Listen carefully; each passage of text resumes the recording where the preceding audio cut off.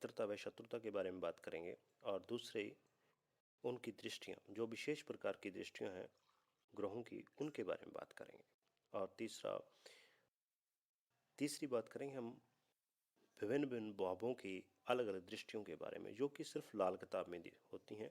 वैदिक ज्योतिष के अंदर ग्रहों की दृष्टियाँ होती हैं, न कि भावों की दृष्टियाँ। लेकिन लाल किताब में भावों की भी दृष्टियाँ होती हैं, और वो अलग अलग होती हैं, जिसे कोई वो आगे हम बात करेंगे। और ये सब बात करने से पहले मैं आपको निवेदन करता हूं कि मेरी वीडियो को लाइक, कमेंट व सब्सक्राइब करें, ताकि मुझे प्रोत्साहन मिले और मैं आपको वीडियो और ज़्यादा उपलब्ध करा सकूं। अब बात करते हैं ग्रहों की मित्रता और शत्रुता के बारे में। आपके सामने दो टेबल रखे हुए हैं। पहले टेबल में जो एक मेरी तरफ से बनाया हुआ है या फिर हमारी तरफ से बनाया हुआ टेबल है, जिसमें ग्रहों की शत्रुता और मित्रता को याद करना आसान है। दूसरे में जो कि लाल किताब में दिया हुआ है, वो वैसे का वैसे हमने आपको दिखाने के लिए रख दिया। अब बात करते हैं सबसे पहले गुरु। इन सूचियों में हमने 4 स्लॉटों में या 4 सूचियां या फिर 4 भागों में बांट दिए हैं ग्रहों को, जो आसानी से याद करने के लिए। सबसे पहले गुरु, सूर्य और मंगल। इन तीनों ग्रहों के आपस में मित्रता होती है। गुरु के मित्र हैं जो वो चंद्र, मंगल व सूर्य हैं, जो कि ऊपर दिया हुआ है। और गुरु के परम शत्रु हैं शुक्र और बुध। सूर्य के परम शत्रु हैं बुध और केतु। और सूर्य के परम मित्र हैं जो चंद्र, मंगल व गुरु है, जो ऊपर दर्शाया हुआ है। जो ऊपर मित्रों वाली सूची है, उसमें 4 ग्रह आते हैं, गुरु, चंद्रमा, मंगल व सूर्य। लेकिन चंद्रमा इन सब में नहीं है, क्योंकि उसके मित्र हैं जो वो अलग है, इसलिए इसमें नहीं है। अब बात करते हैं मंगल की। मंगल के मित्र ग्रह हैं जो वो गुरु, चंद्रमा और सूर्य हैं, और उनके शत्रु ग्रह हैं जो वो शुक्र, शनि और राहु हैं। और जो मंगल ग्रह है वो केतु से मध्यम हो जाता है। ऐसे ही हम आगे बात करेंगे मंगल नेक और मंगल बद की। अब दूसरे स्लॉट के अंदर बात करते हैं बुध, केतु और शनि की। इनके जो बुध के मित्र ग्रह हैं शुक्र, राहु हैं, और सूर्य ब्रैक में दिया हुआ है, तो वो सूर्य उसका मित्र ग्रह है। लेकिन बुध का शत्रु ग्रह है वो चंद्रमा है। उसके बाद में केतु का जो मित्र ग्रह है वो शुक्र और राहु हैं, जो कि ऊपर दर्शाए हुए हैं। केतु के जो शत्रु ग्रह हैं वो है चंद्रमा और मंगल। इसी प्रकार शनि के जो मित्र ग्रह हैं वो जैसे वृक्क में दर्शाया हुआ है, शुक्र और राहु तो उसके मित्र है ही, साथ में बुध है। इस प्रकार शनि के 3 मित्र हुए, शुक्र, राहु और बुध। और वह शनि देव के शत्रु ग्रह 3 है, सूर्य, चंद्रमा व मंगल। आप इसमें एक चीज देखेंगे, तो जैसे बुध, केतु और शनि की बात करेंगे, तो इसमें बुध का एक शत्रु है चंद्रमा, केतु के 2 शत्रु हैं चंद्रमा और मंगल, और शनि के 3 शत्रु हैं चंद्र, मंगल व सूर्य। तो इससे याद करना आसान हो जाता है।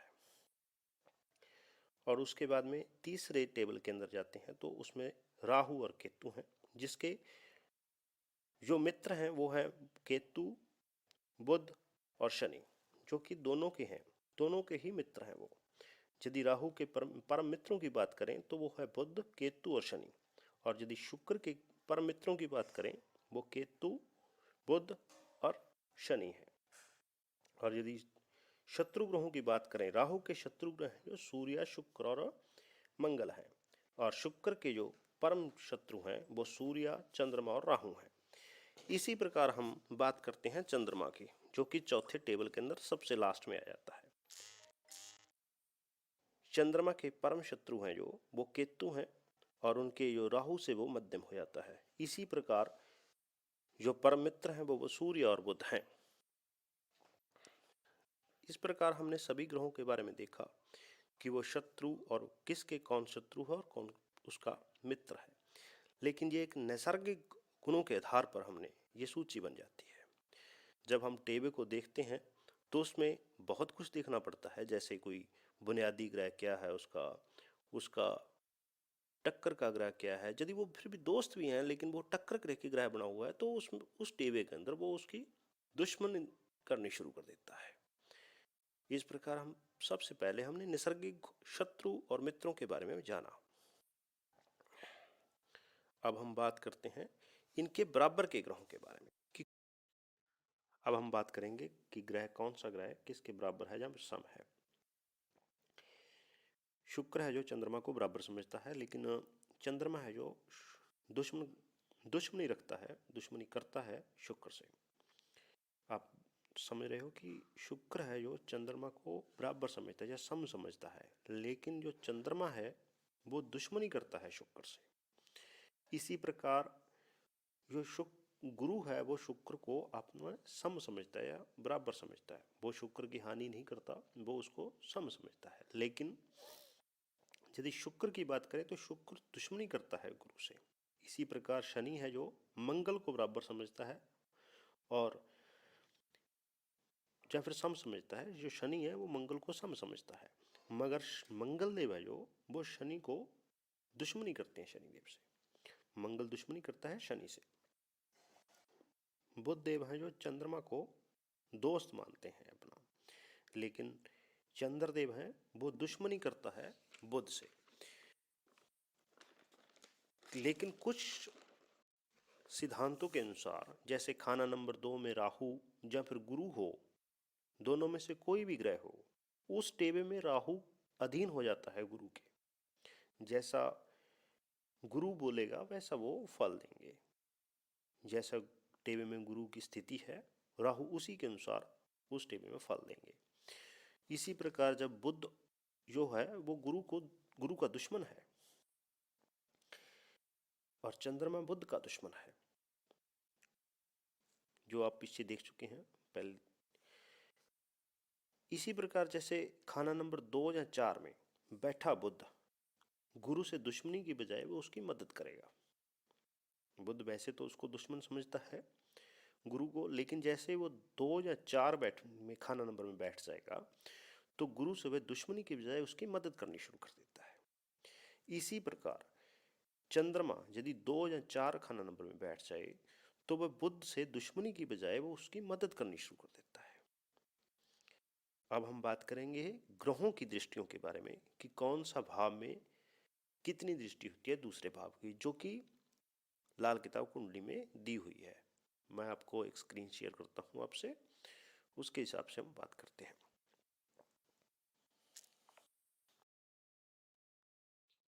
लाल किताब में भाव की दृष्टि होती है, ग्रहों की कोई दृष्टि नहीं होती। भाव विशेष में जिस भी किसी में भाव में कोई ग्रह बैठ गया, जो उस भाव की दृष्टि होगी वो उस ग्रह को मिलती है।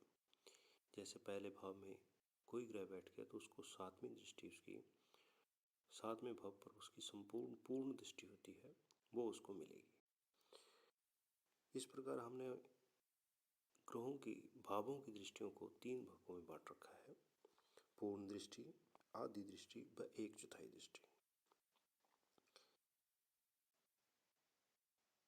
पहला भाव 7वें भाव को पूर्ण दृष्टि से देखता है, चौथा भाव 10वें भाव को पूर्ण दृष्टि से देखता है और 8वां भाव दूसरे भाव को पूर्ण दृष्टि से देखता है।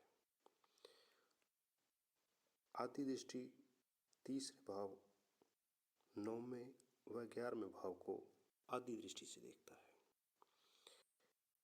5वां भाव 9वें भाव को अपनी आधी दृष्टि से देखता है। इसी प्रकार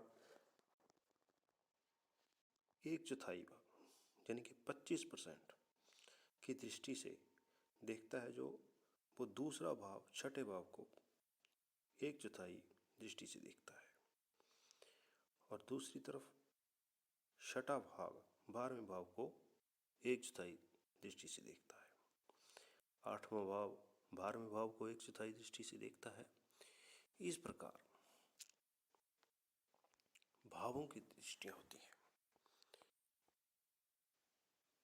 पूर्ण दृष्टि होने पर एक ग्रह दूसरे ग्रह के ज़्यादा नज़दीक आ जाता है और आदि दृष्टि होने पर उसकी ताकत आदि आदि आदि ताकत दोनों ग्रहों की मिल जाती है और एक स्थायी होने पर उससे कुछ कम ताकत एक दूसरे की मिल जाती है। इन दृष्टियों के अलावा कुछ अन्य नियम हैं दृष्टि संबंध के। 8वें भाव में उल्टा देखकर भाव 2 में अपनी पूर्ण दृष्टि डालता है, जो कि हमने बता चुके हैं कि 8वां भाव दूसरे भाव को पूर्ण दृष्टि से देखता है। अब कुछ विशेष ग्रहों की दृष्टि के बारे में बात करते हैं। जैसे बुध 12वें घर में बैठा है तो वह 6ठे घर पर पूर्ण दृष्टि डालता है।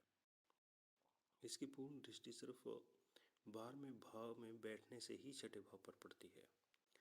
यदि वह किसी और भाव में बैठा है तो इसकी दृष्टि नहीं पड़ती। ऐसे ही शनिदेव के पास भी अपनी एक विशेष दृष्टि है यदि वो विशेष जगह पर बैठता है। कहने का मतलब तात्पर्य यह है कि यदि वो 6ठे भाव में बैठेगा तभी वो दूसरे भाव पर अपनी दृष्टि डालेगा। यदि वो किसी और भाव में बैठा है तो वो पूर्ण दृष्टि नहीं डाल पाएगा। लाइक, कमेंट व सब्सक्राइब जरूर करें ताकि आप मेरे साथ जुड़े रहें और मुझे इस बात का प्रोत्साहन मिलता रहे कि मैं आपके लिए वीडियो बनाऊं। जय श्री राम।